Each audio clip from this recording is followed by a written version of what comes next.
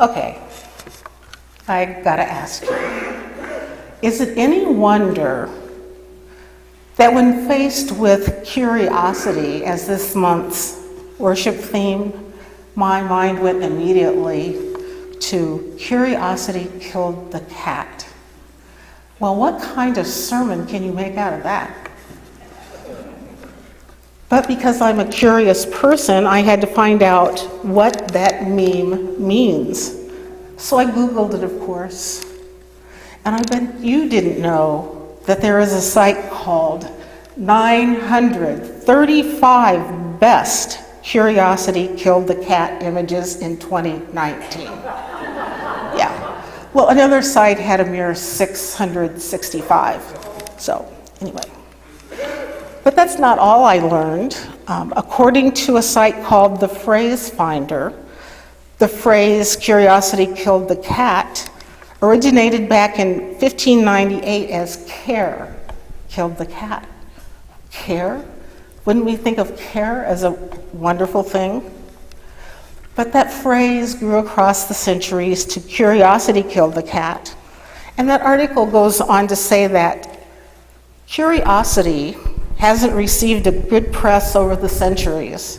St. Augustine wrote in Confessions, AD 397, that in the eons before creating heaven and earth, God fashioned hell for the inquisitive. John Clarke in Pharmalogica, 1639, suggested that he that prieth into every cloud may be struck with a thunderbolt. In Don Juan, Lord Byron called curiosity that low vice, that bad opinion, and the fact that cats are notoriously inquisitive led to the source of their demise being changed from care to curiosity. So at first I thought, curiosity, that sounds kind of lighthearted, doesn't it? But what I found is, in my research and in my reading and my feelings about the topic, this turned out not to be as lighthearted as I first suspected. In my mind, there's a kind of dichotomy. The paradigm shifts from the phenomenon of being inquisitive, which ought to be a good thing. After all, isn't it the inquiring mind that wants to know, that comes up with the inventions that change our world? It's the challenge that created the printing press, the cotton gin, breakthroughs in medical science, space travel, super glue, cell phones. We could just go on, talking about all of these inventions that support our lives and make us more comfortable. For these things, we are grateful, at least most of the time. Unfortunately, the side effects of this curiosity are often things that become detrimental to our society. Greed and domination often accompany these discoveries. For instance, we may have wanted to go into space as part of our quest into the new frontier.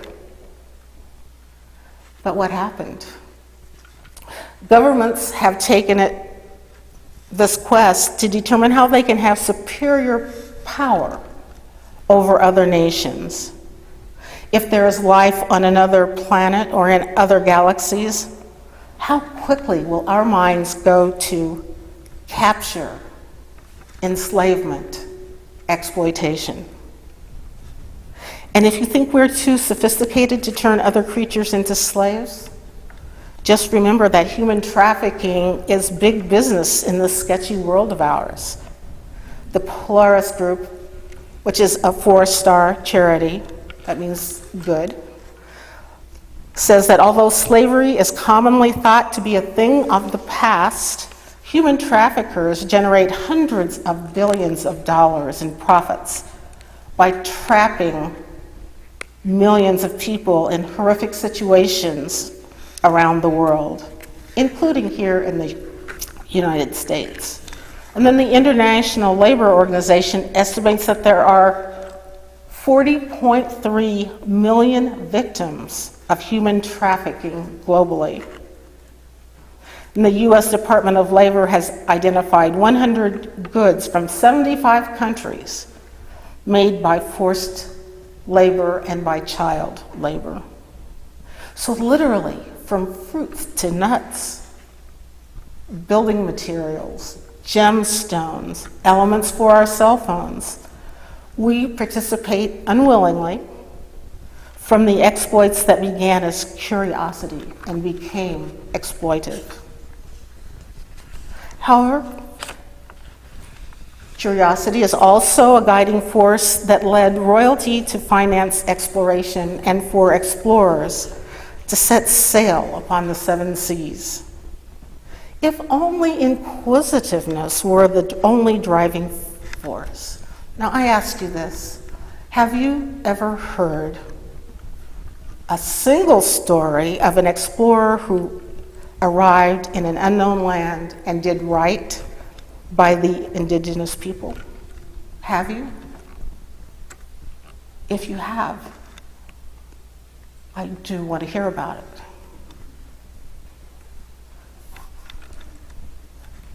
People have gone in, the people who have the feeling of superiority, and they've traded things of little value, novelties, for the riches of foreign lands, where they consider the people expendable, not worthy of being treated with decency.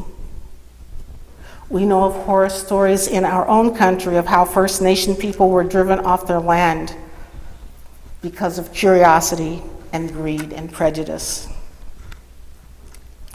Somehow, that curiosity, greed, and prejudice gave license to European settlers to dominate them, to corral them, and just move them out of the way. Oh, and thank goodness, that was centuries ago, and we no longer have to examine that painful part of our history. No, that's wrong. Oh wait, it's still happening. What's up with that? Oil pipelines are being built across sacred native land all over this country. And Mr. Trump's wall, if it were built, would disrupt, this is just one story of what that wall would disrupt. There's a boundary between the United States and Mexico that cuts not only through this beautiful desert terrain and pristine wilderness, but also across indigenous territory, specifically the territory of the Tohono O'odham Nation, which is located in both countries, the United States and in Mexico. And Verlin Joes, who's the vice chair of that nation, says, to build a physical wall along the border will not just divide the land, it also divides our people. So, curiosity killed the cat. Curiosity killed Native people and hopes and dreams of many.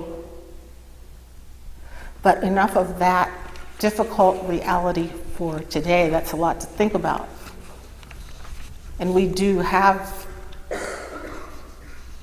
a part in some of that. But one of the things that curiosity has done is brought you here. And it's brought Unitarian Universalists across the country to us.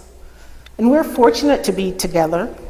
We are profoundly grateful because we're with people of like minds. And we want to be able to explore our individual theologies.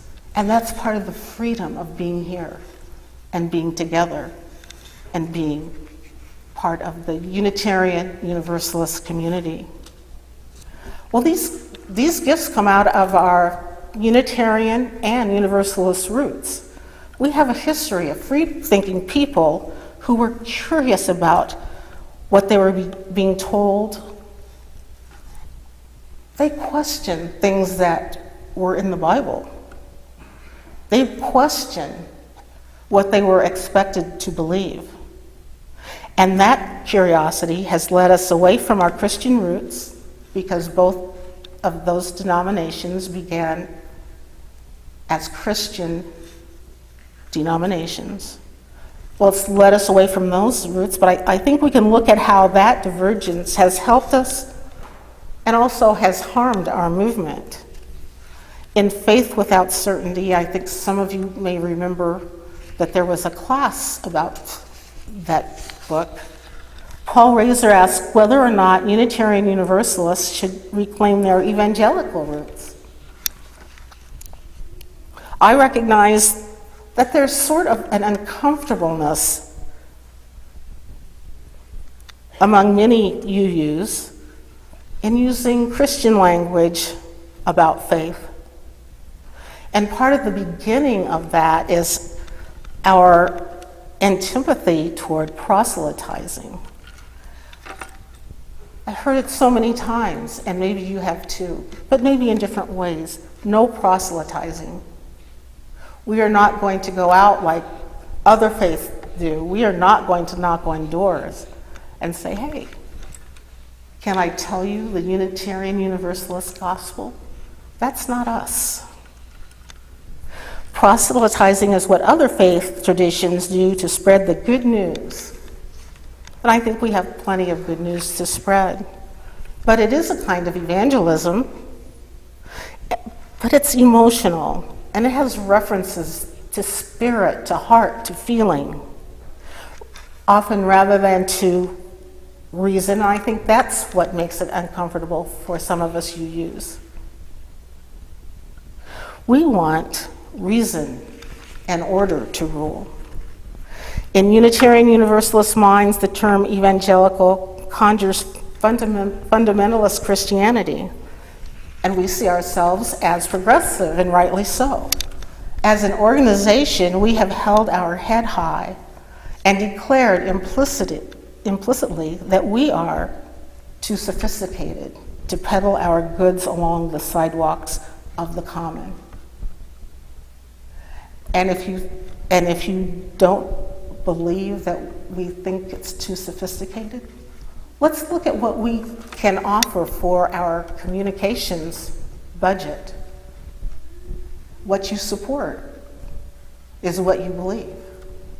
Do we believe that we ought to be out there talking more, going to more places, going into neighborhoods? If we believe it, we have to support it. Now, way back in our history, we had people that literally rode their horses across the country to spread the word about Unitarianism and Universalism. Jacob Lloyd Jones is a Unitarian, was a Unitarian, who traveled for thousands of miles in order to bring our beliefs into what was called the wilderness, where we are right now, was the wilderness. He traveled, he worked with a group of women, many of whom were in the Iowa Sisterhood, and he helped those women go from town to town and establish churches. They were curious about how our faith was going to survive. And out of that curiosity, he and those women made it happen. And then another person, Quillen Shin, did the very same thing. He was a Universalist, but he did it in the South. So in our history, there are people who've gone out there who've said, who wants to know more about Unitarianism or Universalism? Who needs our support? Who needs our help? What kind of explorers are we? Are we the ones that bring the good word? So none of us know our history, but I think it's probably important to realize that without evangelism and zealotry, without evangelism and heresy, without evangelism and fervor, we would not exist. Our evangelical antecedents cried out for religious freedom, but now we look at our current, I'd say, ultra dispassionate sensibilities that kind of render us silent in the public arena regarding our beliefs. What's happening now in religion and religious organization is that the mainline Protestant denominations are suffering declines in membership. And it could be argued that they advertise, they're always out there talking about their church, their religion, and their numbers are still declining. So why should we go out and stand up and speak about what we believe and about our beautiful congregation? And I could contend that their doctrines are known, and some people feel those postulates and those ideas are no longer relevant. While for most people, Unitarian Universalism is an unknown quantity and therefore apt to benefit from an evangelical approach. Who out there is curious about us? Who out there needs us? Now, if we're going to talk evangelism, let's go all in and talk about melding other spiritual terms into the language of Unitarian Universalism. And in this church, I realize we're heavily humanist. We have a lot of professionals that work in this church, professors and chemists and engineers. And I think that though those professions count on their curiosity, it's difficult to talk about more spiritual language and about adding new kinds of experience to worship. So are we ready to be spiritual adventurers, the kind of explorers that are not exploiters, but who want to enrich the lives of those with whom we come into contact? Not to subjugate or to dominate, but to learn. We want to learn from the people that we meet. We can't be in the teaching mode all the time because that says, I know more than you do, listen to me. But what we really want to say is, I want to hear you. I want to learn about you. I want to know about you.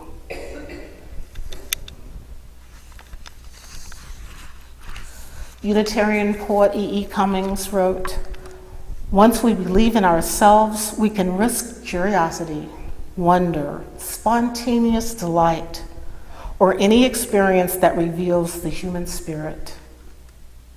What do you say? Are we ready to move outside our safe paradigms, outside the safety of our orderly lives, into a curious new world of meaning, self-development, and extended connections? Are you curious to see into what kind of community that we could be? Even more giving, more loving, more accepting than we are already? I am. I'm curious. I think you are too. May it be so.